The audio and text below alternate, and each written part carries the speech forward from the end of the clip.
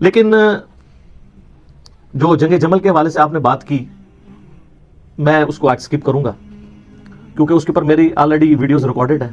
حدیث حوب کتوں والی حدیث جو ہے وہ آپ یوٹیوب پہ میرا کلپ لاکھوں لوگوں نے دیکھا ہے. اور رہا اجتہادی خطا والا معاملہ بھی, اس میں نے بتایا کہ سیدہ عائشہ بعد میں روتی تھی.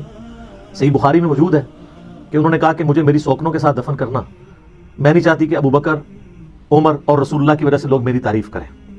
بخاری میں بس اتنی حدیث ملتی ہے. لیکن المصنف ابن ابی شیبہ میں ملتا ہے کہ انہوں نے یہی حدیث بیان کرتے ہوئے, یعنی یہ بات کرتے ہوئے کہا کہ مجھ سے رسول اللہ کی وفات کے بعد جو کام سرزد ہوا ہے وہ ایسا ہے کہ میں نہیں چاہتی کہ مجھے نبی اسلام کے ساتھ حجرے میں دفن کیا جائے. اندازہ کریں.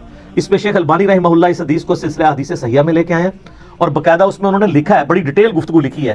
انہوں نے کہا شیعہ تو 12 اماموں کو معصوم مانتے ہیں, سنیوں کی حرکتوں سے لگتا ہے کہ سارے صحابہ کو معصوم مانتے ہیں. یہ ماننا پڑے گا کہ حضرت طلحہ, زبیر, حضرت عائشہ سے غلطی ہوئی اور حضرت عائشہ بعد میں شرمسار تھی اور انہوں نے بخاری کی اس حدیث کو کوٹ کیا, مصنف ابن ابی شیبہ کی اس حدیث کو کوٹ کیا سلسلہ حدیث صحیحہ میں انٹرنیشنل نمبر کے مطابق 474 نمبر, اور اس میں وہ کہتے ہیں کہ جی یہ اس بات کا ثبوت ہے کہ سیدہ عائشہ شرمسار تھی اپنے اس سفر کے اوپر جو انہوں نے کیا. ظاہر قرآن میں تو واضح سورۃ الاحزاب میں حکم ہے نبی کی بیویوں گھروں میں ٹھہری رہو. خیر یہ ٹاپک الگ ہے لیکن میں اس کو اس طریقے سے ایڈریس نہیں کرنا چاہتا ورنہ وہ پھر ایک آج کے ٹاپک سے وہ چیز ہٹ جائے گی. سیدہ عائشہ کو تو قتل نہیں کروایا, وہ اپنی موت خود مری ہیں اور یہ حدیثیں بخاری کی اس بات کا ثبوت ہے کہ وہ باقاعدہ بلا کے اپنے نزا کے عالم میں وسیعت عبداللہ ابن زبیر کو کر رہی ہیں. حضرت ابو ہریرہ نے جنازہ پڑھایا ہے, اوپنلی مدینہ شریف میں جنازہ ہوا ہے, ہزاروں لوگ شریک ہوئے ہیں, کوئی ایسی چیز رپورٹ نہیں ہوئی ہے کہ ان کو نعوذ باللہ اس طریقے سے قتل کیا ہو. لیکن یہ بات بالکل ٹھیک ہے کہ اما عائشہ سلام اللہ علیہا حضرت معاویہ رضی اللہ تعالیٰ عنہ کی جو ظلم و ستم والی پالیسیز تھیں اپنے مخالفین کے خلاف, اس سے سخت نالاں تھیں اور ڈائریکٹ افیکٹو بھی تھیں. اور اس حوالے سے گھنٹوں گفتگو ہو سکتی ہے.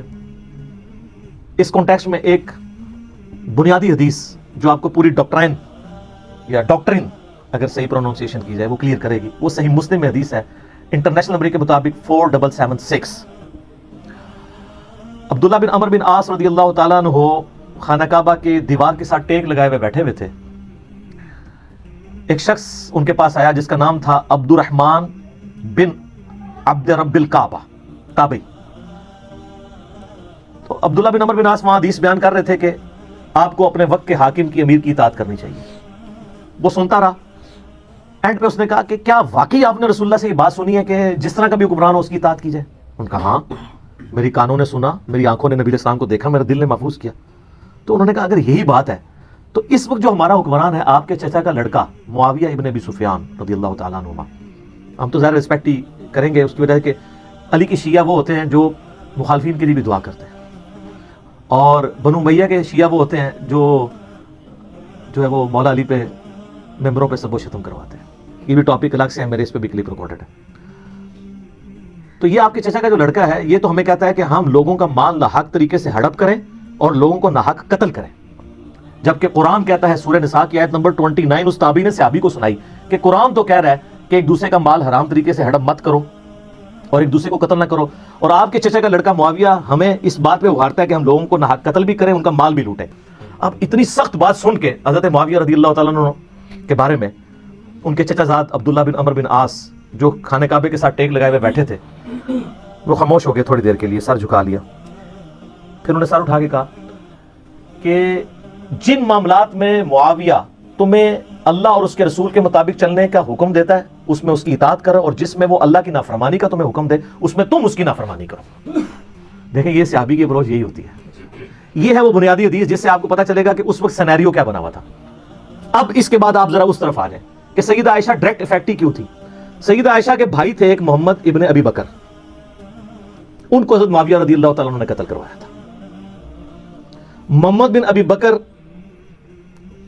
9 ہجری میں پیدا ہوئے ہیں اور 30 سال سے کم ان کی عمر تھی کہ ان کو قتل کر دیا گیا, اور ان کا بیٹا ایک ہی تھا قاسم, اور قاسم کی جو آگے سے بیٹی تھی وہ تھی فاطمہ جو امام جعفر صادق علیہ السلام کی ماں ہے. اکثر سنی بڑے فخر سے کہہ رہے ہوتے ہیں اہل بیت کے امام جو ہے وہ تو حضرت ابوبکر صدیق کی اولاد میں سے ہیں. سر حضرت ابوبکر صدیق رضی اللہ تعالیٰ عنہ کی وہ اس اولاد سے ہیں جو بنو امیہ کے بہت مخالف تھی, وہ عام والی وہ اولاد نہیں ہے. سمجھ رہی بات کی؟ اس کی حدیثیں ہیں بخاری میں قاسم کی جو محمد بن ابی بکر کا بیٹا ہے. اچھا میرے بھائیوں, جو محمد ابن ابی بکر ہے نا رضی اللہ تعالیٰ عنہ علیہ السلام, یہ کوئی عام بندہ نہیں ہے، یہ سیدنا ابو بکر کے وہ بیٹے ہیں جو نبی علیہ السلام کے آخری حج کے دوران پیدا ہوئے تھے، اور ان کی والدہ اسما بنت امیس نبی علیہ السلام کے ساتھ حج کے لیے تشریف لے گئی تھی، اور بخاری مسلم میں موجود ہے کہ اس دوران وہ کہتے ہیں میں نے محمد کو جنا، ماشاءاللہ۔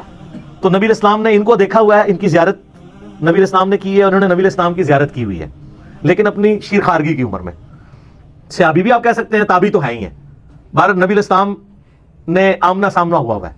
اچھا، پھر سیدنا ابوبکر تو فوت ہو گئے 13 ہجری کے اندر، تو اس وقت ان کی عمر آلموسٹ 4 سال تھی، چھوٹے سے بچے تھے۔ تو ان کی جو والدہ تھی نا اسما بنت امیس، حضرت ابوبکر کی وفات کے بعد حضرت علی نے ان سے شادی کر لی۔ اب حضرت علی نے جب شادی کی تو ان کی ساری پرورش محمد بن ابی بکر کی کس نے کی؟ مولا علی نے۔ اسی لیے جنگ جمل میں اور جنگ صفین میں یہ حضرت علی کے کمانڈر تھے، اور یہی تھے جو سیدہ عائشہ کو جا کے سمجھاتے تھے حجرے میں کہ بہن تو کس طرف چل پڑی ہے، اور یہی وہ تھے کہ جب مولا علی نے سیدہ عائشہ کو احترام کے ساتھ جمل میں شکست کے بعد جب واپس مدینہ شریف روانہ کیا تو محمد بن ابی بکر کو ساتھ بھیجا تھا کہ تم اپنی بہن کے ساتھ جاؤ۔ تو سیدہ عائشہ کی ان سے ایک بڑا اس اعتبار سے شغف بھی تھا، یہ بڑے ہمدرد بھی تھے۔ تو یہ محمد بن ابی بکر رحمہ اللہ تعالی و رضی اللہ تعالی عنہ و علیہ السلام کی کلیریفیکیشن اس حوالے سے ضروری تھی، اور دیکھ لیں صرف 30 سال کی عمر میں وہ شہید ہوئے ہیں، لیکن آتی دنیا کے لیے اپنا اثر چھوڑ گئے۔ ان کو حضرت علی نے اپنے دور میں مصر کا گورنر لگایا تھا، اپنے دور خلافت میں۔ قیس بن سعد سے حکومت نہیں سنبھالی جا رہی تھی، پیچھے سے مالک اشتر کو بھیجا، اس کو زہر دے کے مروا دیا گیا دشمنوں کی طرف سے۔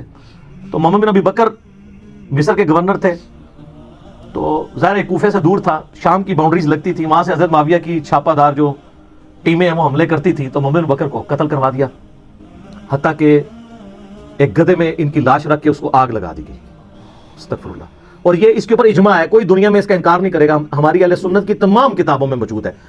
اما عائشہ سے ایک بندہ مصر سے ملنے کے لیے آیا تو انہوں نے پوچھا ہاں مصر کے حکمران کی کیا حالت ہے، کیونکہ اما عائشہ کے بھائی کو مار کے تو وہاں حضرت معاویہ نے اپنا حکمران لگا دیا تھا، اور مصر جو ہے وہ چھین لیا تھا حضرت علی سے۔ تو ظاہر ہے جو دنیا دار بادشاہ ہوتے ہیں وہ اپنے چمچوں کو نوازتے ہیں، تو ان کا ہمارا جو گورنر ہے وہ تو بہت اچھا ہے، ہمارا خرچہ پانی ختم ہو جائے خرچہ دے دیتا ہے، ہمارا اگر گھوڑا مر جائے نیا گھوڑا خرید کے دے دیتا ہے، اور اگر کوئی غلام مر جائے تو نیا غلام دے دیتا ہے۔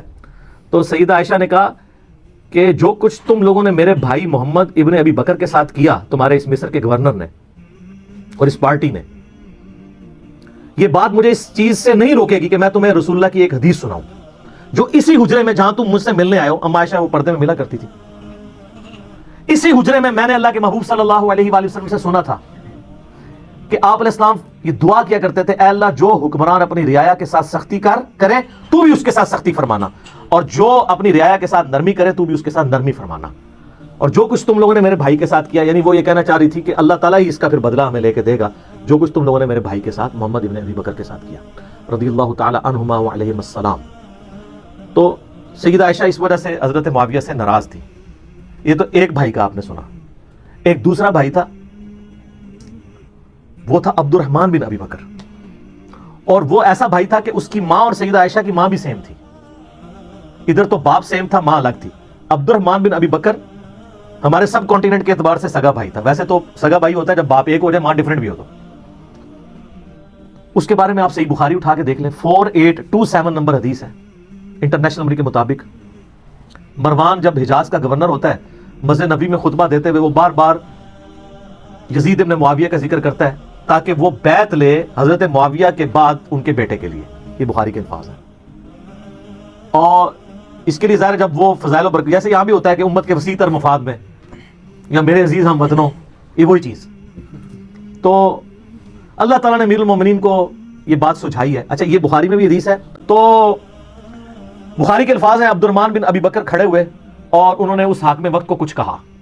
اب امام بخاری نے یہ نہیں بتایا کہ کیا کہا، لیکن یہ بات سمجھ آ گئی کہ گل چوبے علی کی تھی، اگر وہ لگ گئی جا کے، کیونکہ وہ بھی اس قسم کی باتیں کر رہا تھا۔ وہ باتیں میں آپ کو دوسری کتابوں سے، حاکم سے اور سنن نسائی الکبریٰ سے بتاؤں گا، اور تفسیر میں کسی کھول کے آپ لوگوں کے گھروں میں ہوگی، پڑھ لیں، PDF فریلی اویلیبل ہے۔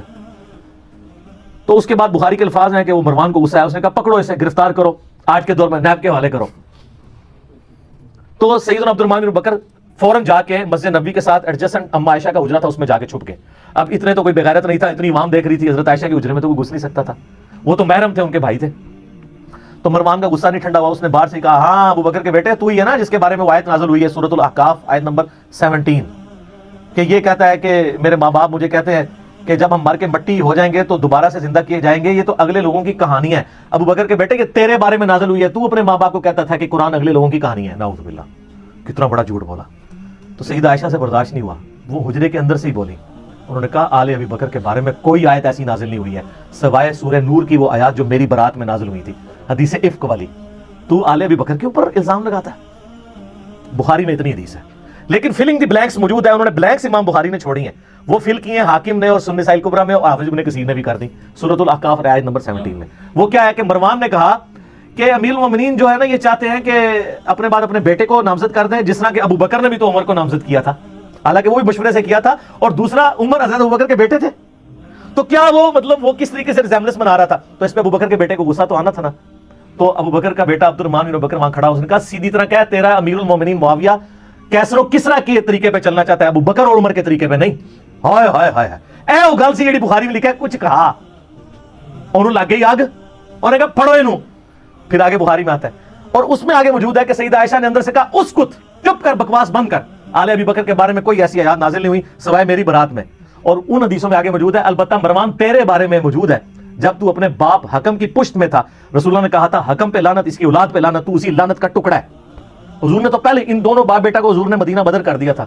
حضرت ابو بکر کے ساتھ بڑی سفارشیں کی, حضرت عثمان نے واپس لانے کی, کوئی رشتہ دار تھا نہیں آنے دیا, حضرت عمر نے نہیں آنے دیا. پھر حضرت عثمان اپنے دور میں رشتہ داری کی وجہ سے لے آئے, اور حتیٰ کہ اپنی بیٹی کا نکاح بھی مروان سے کر دیا, اور پھر وہی گاٹے فٹ ہو گیا. اسی کی وجہ سے مسلمان رہا پھر حضرت عثمان کے خلاف ہوگی. ایک تلخ حقیقت ہے. یوٹیوب پہ میرا کلپ دیکھ لیں, حضرت عثمان کی شہادت کے اصلی اسباب, جعلی اسباب نہیں جی. عبداللہ بن سبا تھا, 40,000 صحابہ اس کے پیچھے لگ گئے, یعنی حضور کے تربیت یافتہ صحابہ 40,000, ایک ابن سبا نے ان کی مت مار دی. بالکل جھوٹ ہے, میں نے بخاری مسلم سے اپنے پمفلٹ میں, جس کا تعارف میں اینڈ پہ کرواؤں گا.